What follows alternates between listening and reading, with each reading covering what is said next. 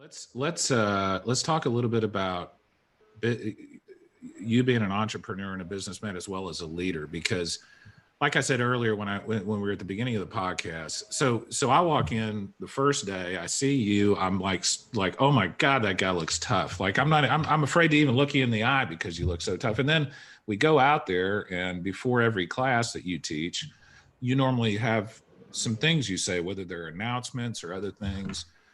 And I remember listening to you in that first class and just thinking, this guy's got it.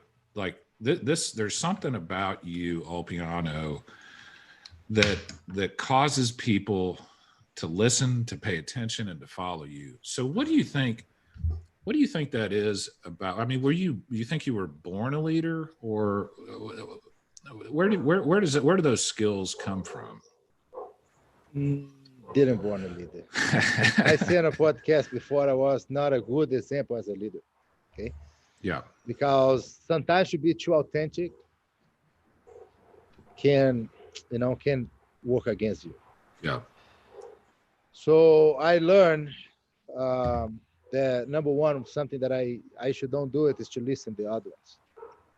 But listen to others? Yeah. The good leader, they always listen. Yeah.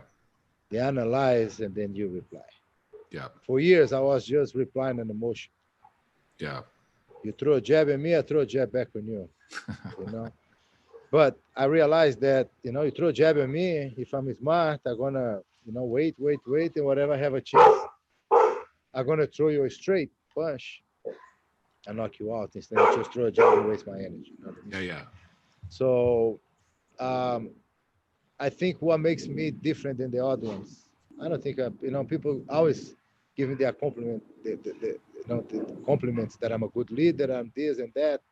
What can, then I say, but one thing that I'm a real when it becomes, hey, dog, hey. So when I become too, when it becomes too me personally, I can't don't like you and be in front of you like I like you. Yeah. You know what I mean? So I'm real. Yeah. I have a problem with you. I'm going to go directly to you and say, Brian, it doesn't work. Yeah. Like example, I have a parent on the school this day. He keep coaching the kids and he keep being really disrespectful with my employees. With me, he's like treat me like I'm a god. Or the other ones treat them different. Yeah. So I put him on the side. I give back his money, $150, the membership. Nice. I say, here's your money. I want to give your money back, and I want you to find a new school for your kid. Oh, my kid loves you. Yeah, but you don't love me, or do you don't love your kid? Because you do things inside that's my house, that you shouldn't do it. Yeah. I don't go to your house and I put my foot on the wall and then you do this on my house. I don't go to your house and complain to your wife that she should let me and you do it, my employees. Yeah. So I don't want you right here. And then that makes him think and ask for a second chance. And he's better, So I don't do just for the money.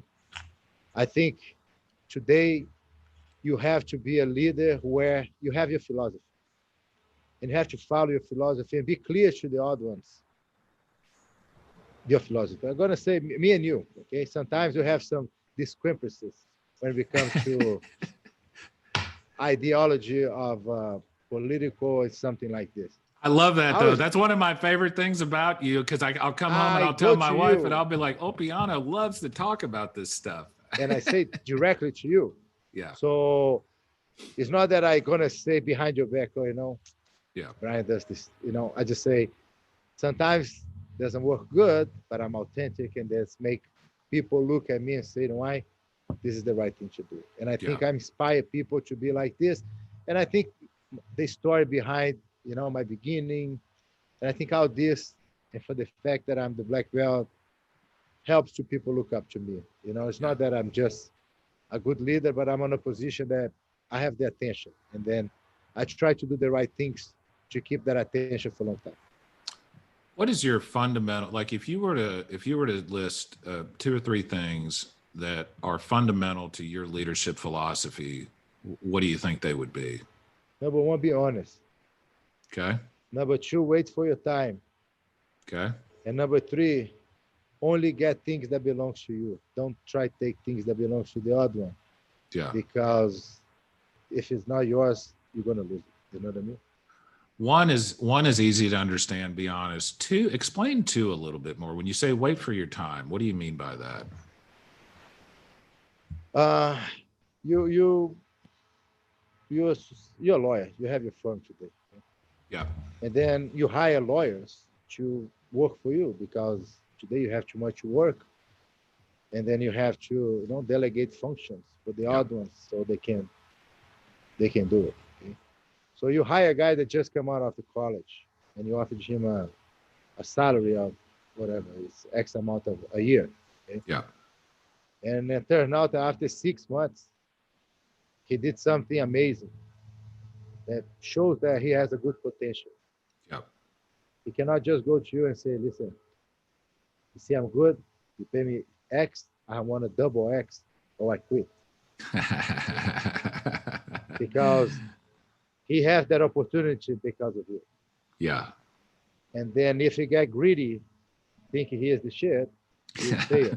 Yeah. So my dad used to say, don't put your foot where your leg cannot reach because you're going to fall. Don't try to do a long step because you're going to fall. So wait for your time. Yeah. When it's time for you to succeed, you will succeed. You know what I mean? You had a really good comment on the business podcast you did, where you talked about when an employee came to you and asked for a raise. Do you remember that story? Yes, I do. Talk about that story a little bit, because I love that business philosophy. Besides the fact that they work with me, they become friends, Jiu-Jitsu buddies, and everything. Yeah. I have to have a position that I'm not just a business, and I'm gonna hit you, to pay the bills, to pay everybody, and to have profit. Yeah. And when you do your job that you get paid for, you shouldn't request a raise. The raise you request when you do more than you get paid for. Yeah. So my issue with my employer was that he asked for a raise. I say, give me 2 reasons that you deserve. I know he don't deserve. That's why I asked for 2 reasons. I know he don't have. Yeah. Because, example, Servando get raises. Servando as well all the time. Pedro. Why? Because they go beyond their job. Yeah. They go above and beyond. So I said, give me 2 reasons. The 2 reasons that he gave it to me, one is he's an honest person. And the second reason was that he always show up on time. I said, that's the reason you deserve a raise? He said, yes. I said, let me tell you something. If you don't do this 2, you're actually going to lose your job. Yeah. That's your obligation. That's the minimum that you can do. Yeah.